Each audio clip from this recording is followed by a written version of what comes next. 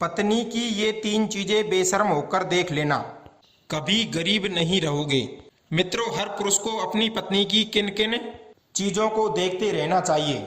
जो पुरुष अपनी पत्नी की ये 3 चीजें देख लेता है वो कभी ना तो मुसीबत में पड़ता है और ना ही गरीब रहता है। जीवन में अगर पछताना नहीं चाहते हो तो इस वीडियो में बताई गई बातों पर गौर से ध्यान देना। आज की वीडियो आपके जीवन में बड़ी ही सीख देने वाली है, मनुष्य को सावधान करने वाली है।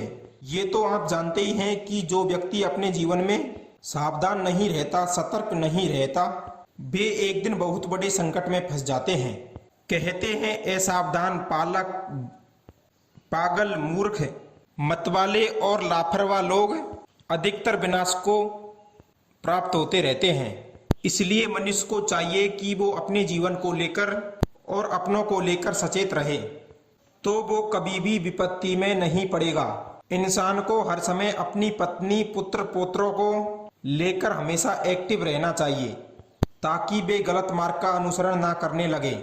कहते हैं जो व्यक्ति एक बार गलत मार्ग पर निकल गया तो धीरे धीरे वो उसकी आदत बन जाती है, फिर उसे सही राह पर लाना बड़ा कठिन हो जाता है या फिर बहुत देर हो जाती है।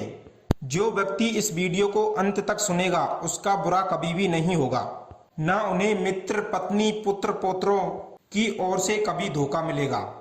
और साथ ही साथ आपसे निवेदन है कि जो भाई बंधु चैनल पर पहली बार आए हैं वे चैनल को सब्सक्राइब जरूर कर लें, क्योंकि मैं आपको इसी तरह की शिक्षाप्रद जानकारी देता रहूंगा। तो आइए सुनते हैं आज की ज्ञानवर्धक कहानी। मित्रों, पुराने समय की बात है। किसी राजा के राज्य में एक बड़ा सज्जन और ईमानदार सौदागर रहता था और वो अपने काम के सिलसिले में अक्सर बाहर जाता रहता था। उसके घर में उसकी पत्नी थी जो देखने में बहुत सुंदर थी और सौदागर अपनी पत्नी को बहुत चाहता था। उनके दिन बड़े आनंद से बीत रहे थे। और कहते हैं बंधुओं, जिस घर में पति और पत्नी के बीच कलह नहीं होती वो घर दूसरा स्वर्ग बन जाता है। सौदागर और उसकी पत्नी के बीच अटूट प्रेम और एकता को देखकर गांव के अन्य लोग उनसे जलते रहते थे। इस दुनिया का यह स्वभाव है, आप अच्छा करोगे तो भी कुछ लोग आपके विरोधी होंगे और बुरा करोगे तो भी। ईर्ष्यालु लोगों को किसी का अच्छा खाना, किसी का अच्छा हंसना, अच्छा बोलना अच्छा नहीं लगता। वे किसी को अपने से अधिक तरक्की करते नहीं देख सकते। सौदागर और उसकी पत्नी के बीच के प्रेम की चर्चा पूरे राज्य में होती थी। जब भी किसी के घर में कलह होती तो वे सौदागर और उसकी पत्नी के प्रेम की मिसाल दिया करते थे। और एक बात बता दूं, वहां का जो राजा था, उस राजा के महल के सामने कुछ दूरी पर उस सौदागर का घर था। राजा और रानी ने एक दिन आपस में विचार किया कि जिस राज्य के लोगों में आपस में प्रेम और तालमेल होता है, पति पत्नी में कलह नहीं होती, वहां की प्रजा सुखी रहती है, वो राज्य भी खूब वृद्धि करता है। राजा रानी ने सोचा कि कुछ ऐसा करना चाहिए जिससे हमारे राज्य के लोगों में आपस में सद्भाव रहे, आपस में प्रेम रहे, जिससे राज्य की उन्नति हो। राजा ने विचार किया कि दीपक प्रेम का प्रतीक होता है। जैसे तेल और बाती मिलकर अंधेरा मिटा देते हैं, ऐसे ही लोग आपस में मेलजोल से रहें तो निर्धनता मिट जाती है। राजा ने पूरे राज्य में ढिंढोरा पिटवा दिया कि आज से सारे नगरवासी अपने अपने घरों में दिए जलाएंगे और जो भी अपने दिए को अधिक समय तक जलाएगा उसी का प्रेम सबसे अधिक गहरा और सच्चा माना जाएगा। मित्रों, राजा के आदेश का पालन सारे नगरवासियों ने किया। उसी दिन से सारे नगरवासी अपने घर में एक दीपक शाम को रोज जलाते, परंतु उन सबके दिए 1-2 घंटा तो जलते थे, परंतु रात्रि होने पर सबके दिए बुझ जाते थे। परंतु सौदागर के घर का दिया पूरी रात टिमटिमाता रहता था। सौदागर की पत्नी अपने दिए को बुझने नहीं देती थी। राजा रानी रोजाना अपने महल की छत पर से पूरे शहर का नजारा देखते थे कि सारे नगरवासियों के दिए तो रात होते ही बुझ जाते हैं, परंतु सौदागर के घर का दिया पूरी रात जलता रहता है। इसका मतलब सौदागर और उसकी पत्नी में बहुत अधिक प्रेम है, इसलिए उनका दिया पूरी रात तक नहीं बुझता है। जरूर ये सौदागर बड़ा ही सज्जन और सदाचारी है। इस सौदागर की सूझबूझ के कारण ही इन दोनों में बड़ा ही प्रेम बना हुआ है।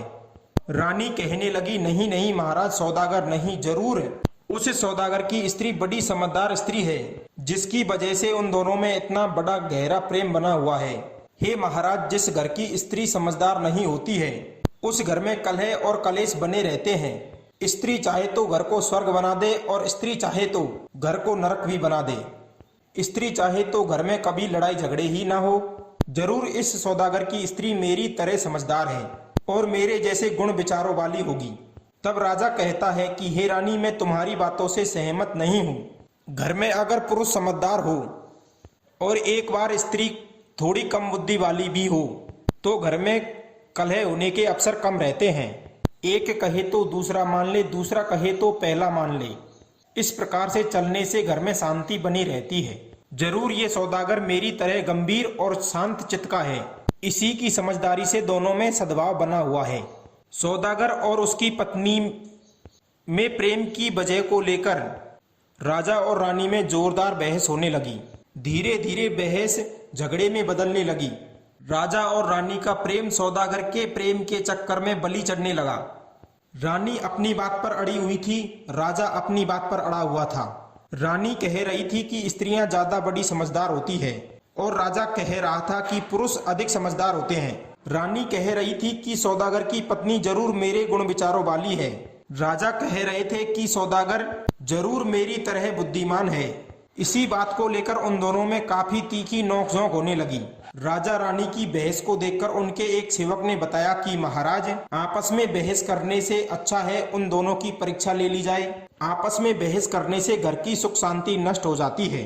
मित्रों, सेवक की बात राजा के समझ में आई। उसने तुरंत उसी सेवक से कहा कि तुम बात तो ठीक कह रहे हो कि तुम एक काम करो, सुबह सुबह उस सौदागर के पास जाना और उससे कहना, हे सौदागर, राजा ने तुम्हें एक ऑफर दिया है। यदि तुम अपनी पत्नी को घर से बाहर निकालो दोगे तो राजा तुम्हें हीरे मोती सोने चांदी माला माल कर देंगे, और यदि तुम अपनी स्त्री को जान से मार दोगे तो राजा तुम्हें आधा राज्य दे देंगे। मित्रों, राजा के सेवक ने वही बातें जाकर उस सौदागर से कह दी। राजा का संदेश सुनकर सौदागर को बड़ा गुस्सा आया। सौदागर तेज स्वर में कहने लगा, अरे सेवक, चले जाओ, जाकर अपने राजा से कह देना कि वे मुझे पूरे राज्य का राजा भी बना दे, तो भी सौदागर ये काम नहीं करेगा। इंसान की जान से अधिक मूल्यवान राजा का पूरा राज्य भी नहीं है और मैं अपनी पत्नी से बहुत प्रेम करता हूँ। ऐसे सैकड़ों राज्य मैं अपनी पत्नी के लिए न्यौछावर कर सकता हूँ। मित्रों, सौदागर का जवाब सुनकर राजा का सेवक राजा के पास लौट आया और सौदागर ने जैसा कहा था वो सब राजा को आकर सुना दिया। सौदागर का जवाब सुनकर राजा बड़ा ही प्रसन्न हुआ। उसने अपनी रानी से कहा, देखा रानी, सौदागर कितना समझदार है। उसने इतने बड़े राज्य को ही ठुकरा दिया अपनी पत्नी के प्रेम के आगे। उसने इतने बड़े राज्य को ठुकरा दिया तो इससे ये सिद्ध होता है कि सौदागर बहुत श्रेष्ठ और बुद्धिमान है। मित्रों, जब रानी कहती है, जरा ठहरो महाराज, मैं भी उस सौदागर की स्त्री की परीक्षा लेकर देखूं। इतना कहकर रानी ने एक दासी को बुलाया और उसे सिक्का पढ़ाकर सौदागर की पत्नी के पास भेजा। रानी की दासी सौदागर के घर गई। उसने देखा कि सौदागर इस समय काम के लिए बाहर गया हुआ है, तो मौका पाकर वो दासी सौदागर की पत्नी के पास पहुंची और बोली कि हे बहन, मुझे यहाँ राजा ने भेजी है। उन्होंने यह कहलवाया है कि यदि तुम अपने पति को जहर देकर मार दो तो राजा तुम्हें अपनी रानी के रूप में स्वीकार कर लेगा, तुम्हें अपनी प्रियतमा बनाकर रखेंगे, रोजाना फूलों की सेज पर सैर कराएंगे, राजा तुम्हें अपनी पलकों पर बैठाकर रखेंगे, और हाँ, तुम आज रात अपने पति को मारकर अपने महल के ऊपर जलने वाले दिए को बुझा देना, तो राजा साहब समझ जाएंगे कि तुमने अपने पति को मार दिया है। प्रिय मित्रों, दासी के द्वारा दिखाए गए प्रलोभन को सुनकर सौदागर की पत्नी अपने पति को मारने के लिए तैयार हो गई। कहने लगी कि बहन, ये कौन सी बड़ी बात है, मुझे तो अपने पति से कभी प्रेम था ही नहीं। छत के ऊपर दिया तो मैं इसलिए जलाती थी ताकि सबको लगे कि मैं अपने पति से बहुत प्रेम करती हूँ। सच्चाई तो यह है कि मैं अपने पति से बिल्कुल भी प्रेम नहीं करती। मैं तो कब से इस घर से निकलना चाहती थी और आज ईश्वर ने मेरी वो भी इच्छा पूरी कर दी। मित्रों, सौदागर की पत्नी से कहकर वो दासी लौट गई और रानी के पास चली आई। और सारी बात बताती है। ये सुनकर रानी को बड़ा ही बुरा लगा। उस समय रानी का चेहरा देखने लायक था। रानी अपने किए पर बड़ी शर्मिंदा हो रही थी। इधर रानी ने राजा को यह बात बताई तो राजा ने अपने कुछ सैनिकों को बुलाकर समझाकर सौदागर के घर भेज दिया और कहा कि देखो, आज रात में सौदागर की पत्नी अपने पति को मार देगी। तुम उस घर पर नजर बनाए रखना। जब सौदागर के घर का दिया बुझ जाए तो समझ लेना कि वो सौदागर को मारने वाली है। उससे पहले ही तुम उसके घर में जाकर उस सौदागर को बचा लेना और उसकी पत्नी को गिरफ्तार कर लाना। हम नहीं चाहते हैं कि हमारे इस परीक्षण के कारण सौदागर की जान चली जाए। मित्रों, राजा की बात सुनकर सैनिकों ने वैसा ही किया। वे राजा के बताए अनुसार सौदागर के घर के पास जाकर पहरा देने लगे। उधर दिन में ही सौदागर की पत्नी ने भोजन में विष मिलाकर अपने पति को मार डाला। रात्रि में जब उसने दीपक बुझाया तो सैनिक लोग भागकर उसके घर में गए और देखा वहां सौदागर जाने कब का मरा पड़ा था। सैनिकों ने ये खबर राजा को दी।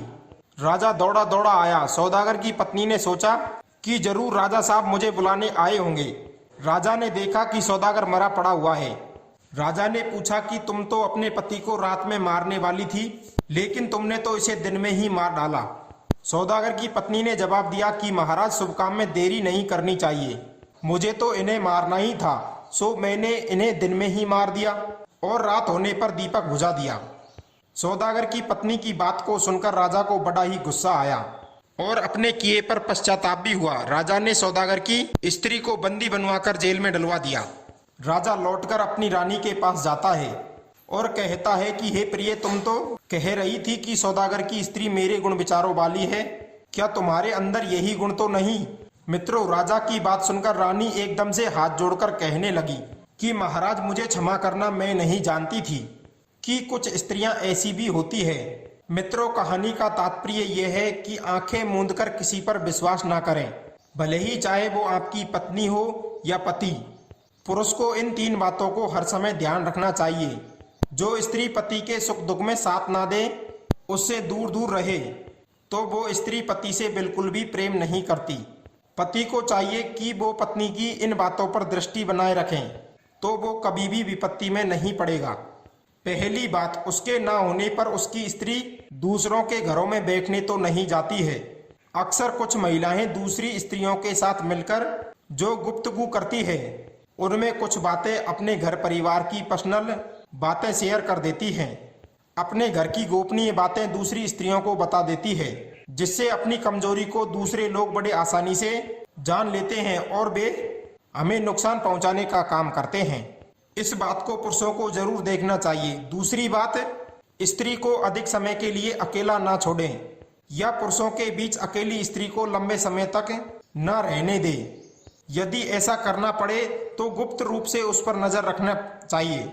ऐसा करने से स्त्री दुष्ट पुरुषों की चुंगल में नहीं आएगी। नंबर 3, स्त्री की गतिविधि पर हर समय नजर बनाए रखें कि आपके ना होने पर वो अकेली कहाँ जाती है, क्या करती है। स्त्री यदि भटकती है तो इस बात का जिम्मेदार भी पुरुष ही होता है कि वो अपनी घर की किसी मूल्यवान वस्तु पर या व्यक्ति पर इतना लापरवाह कैसे हो गया। उसकी देखरेख, उसकी सुरक्षा की जिम्मेदारी आपकी ही थी, आपने उसे क्यों नहीं देखा। मित्रों, इन 3 बातों पर जो नजर रखता है वो कभी भी निराश नहीं होता, उसे कभी पछताना नहीं पड़ता। प्रिय बंधुओं, ये कहानी आपको कैसी लगी कमेंट के माध्यम से जरूर बताना।